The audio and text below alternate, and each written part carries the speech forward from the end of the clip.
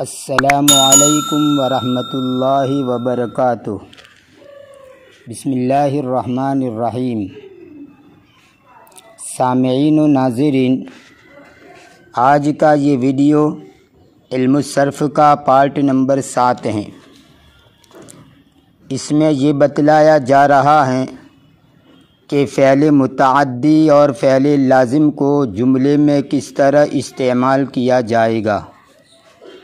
سب سے پہلے یہ بات یاد رکھیے کہ عام طور پر عربی میں پہلے فعل، پھر فاعل، پھر مفعول آتا ہے، جبکہ اردو میں پہلے فاعل، پھر مفعول، پھر آخر میں فعل آئے گا۔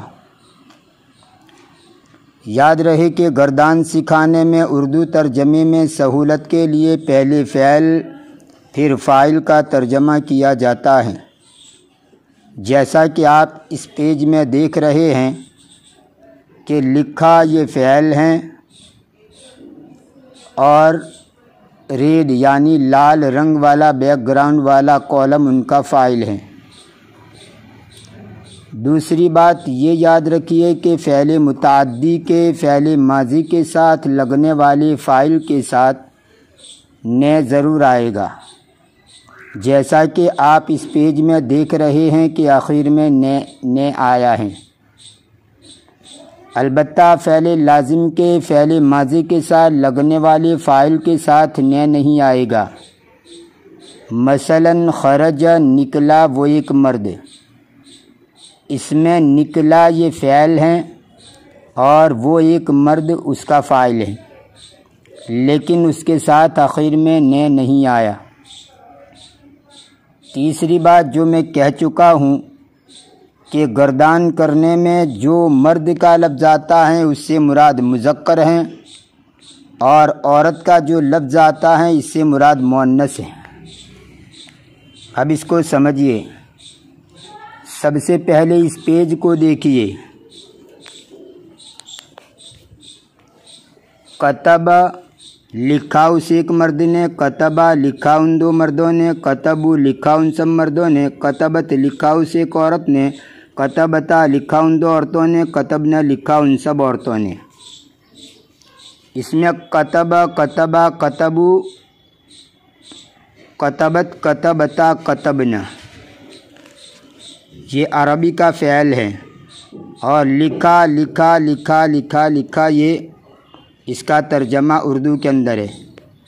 اور اس کے بعد اس ایک مرد نے، ان دو مردوں نے، ان سب مردوں نے، اس ایک عورت نے، ان دو عورتوں نے، ان سب عورتوں نے، یہ اس کا فاعل ہے۔ اب اس پیج کو ملاحظہ کیجئے۔ اس میں جو کراس کا نشان ہے اس کا مطلب یہ ہے کہ اب ترجمہ کرنے میں اس کے بجائے جو پہلا کالم ہے اس کا ترجمہ کریں گے، یعنی الطالب، الطالبان، الطلاب، الطالبۃ، الطالبتان، الطالبات۔ ان 6 غائب کے صیغوں کے ساتھ ترتیب سے فعل کے شروع میں واحد، تثنیہ، جمع اور مذکر و مؤنث کو سامنے رکھتے ہوئے الفاظ لگا دیے جائیں۔ جیسے یہاں پر الطالب کتب، اس کا ترجمہ ہوگا طالب علم نے لکھا۔ پہلے طالب کا ترجمہ کریں گے، پھر نے کا استعمال کریں گے اور اس کے بعد لکھا۔ الطالب کتب یعنی طالب علم نے لکھا۔ الطالبان کتبا، 2 طالب علموں نے لکھا۔ الطلاب کتبو، سب طالبوں نے لکھا، سب طالب علموں نے لکھا۔ الطالبۃ کتبت، طالبہ نے لکھا۔ الطالبتان کتبتا، 2 طالباؤں نے لکھا۔ الطالبات کتبنا، سب طالبات نے لکھا۔ اب یہاں پر الطالب، الطالبان، الطلاب، الطالبۃ، الطالبتان، الطالبات کی جگہ پر آپ کوئی دوسرا لفظ لائیں تو اسی کا ترجمہ ہوگا۔ جیسے اس پیج کو دیکھیے۔ الابن کتب، لڑکے نے لکھا۔ الابنان کتبا، 2 لڑکوں نے لکھا۔ الابناء کتبو، سب لڑکوں نے لکھا۔ البنت کتبت، لڑکی نے لکھا۔ البنتان کتبتا، 2 لڑکیوں نے لکھا۔ البنات کتبنا، سب لڑکیوں نے لکھا۔ الخال کتب ماموں نے لکھا، الخالان کتبا دو ماموں نے لکھا، الاخوال کتبوا سب ماموں نے لکھا، الخالۃ کتبت خالہ نے لکھا، الخالتان کتبتا دو خالاؤں نے لکھا، الخالات کتبنا سب خالاؤں نے لکھا۔ اب اس پیج کے اندر دیکھیے، وہاں کتبتا اس کی جگہ پر یہاں قرأ لکھا ہے، اور قرأ کا معنی ہوتا ہے پڑھا، تب یہاں پر ترجمہ کریں گے پڑھا پڑھا پڑھا۔ الخال قرأ ماموں نے پڑھا، الخالان قرأ دو ماموں نے پڑھا، الاخوال قرأوا سب ماموں نے پڑھا، الخالۃ قرأت خالہ نے پڑھا، الخالتان قرأتا دو خالاؤں نے پڑھا، الخالات قرأنا سب خالاؤں نے پڑھا۔ یہاں پر سمیع ہے، اور سمیع کا معنی سنا، الخال سمیع ماموں نے سنا، الخالان سمیع دو ماموں نے سنا، الاخوال سمعوا سب ماموں نے سنا، الخالۃ سمیعت خالہ نے سنا، الخالتان سمیعتا دو خالاؤں نے سنا، الخالات سمعنا سب خالاؤں نے سنا۔ اب اس پیج کے اندر دیکھیے، فعل سے پہلے ما لگا دیا گیا ہے، اور اس ما کو ما نافیہ کہتے ہیں، اور اس کا معنی ہوتا ہے نہیں۔ تو عربی میں فعل کے ساتھ ما لگایا تو اردو فعل کے ساتھ نہیں لگا دیں گے۔ الخال ما سمیع ماموں نے نہیں سنا، الخالان ما سمیع دو ماموں نے نہیں سنا، الاخوال ما سمیعوا سب ماموں نے نہیں سنا، الخالۃ ما سمیعت خالہ نے نہیں سنا، الخالتان ما سمیعتا دو خالہ نے نہیں سنا، الخالات ما سمیعنا سب خالہ نے نہیں سنا۔ تو یاد رکھیے، یہ جو ما ہے، اس ما کو کہا جاتا ہے ما نافیہ۔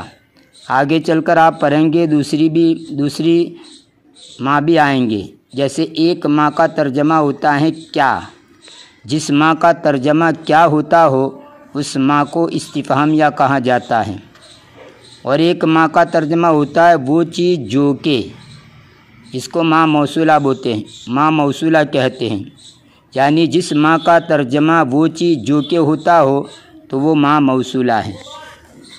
تو ایک ہے ما نافیہ جس کا ترجمہ نہیں، ایک ہے ما استفہامیہ جس کا ترجمہ کیا، اور ایک ہے ما موصولہ جس کا ترجمہ ہوتا ہے وہ چیز جو کہ۔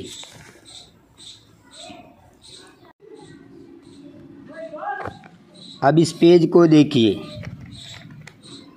اس پیج میں اور اس سے اگلے والے پیج میں اتنا ہی فرق ہے کہ اگلے والے پیج کے اندر جو پہلی لائن تھی اس پہلی لائن کو دوسری جگہ پر لے آئے، اور جو دوسری لائن تھی اس دوسری لائن کو پہلی جگہ پر لے آئے، اور ان میں اتنا رد و بدل کر دیا کہ پہلے تین کے ساتھ واحد مذکر غائب کا صیغہ لگایا، اور بقیہ تین کے ساتھ واحد مؤنث غائب کا صیغہ لگایا، یعنی یہاں تینوں میں ما سمیع ما سمیع ما سمیع، اور دوسرے تین میں ما سمیعت ما سمیعت ما سمیعت۔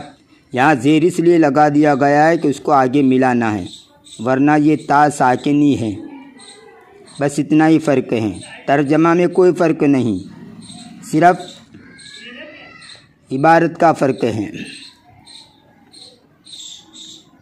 انشاءاللہ اس کو ترتیب سے اگلے ویڈیو کے اندر ہم سمجھیں گے۔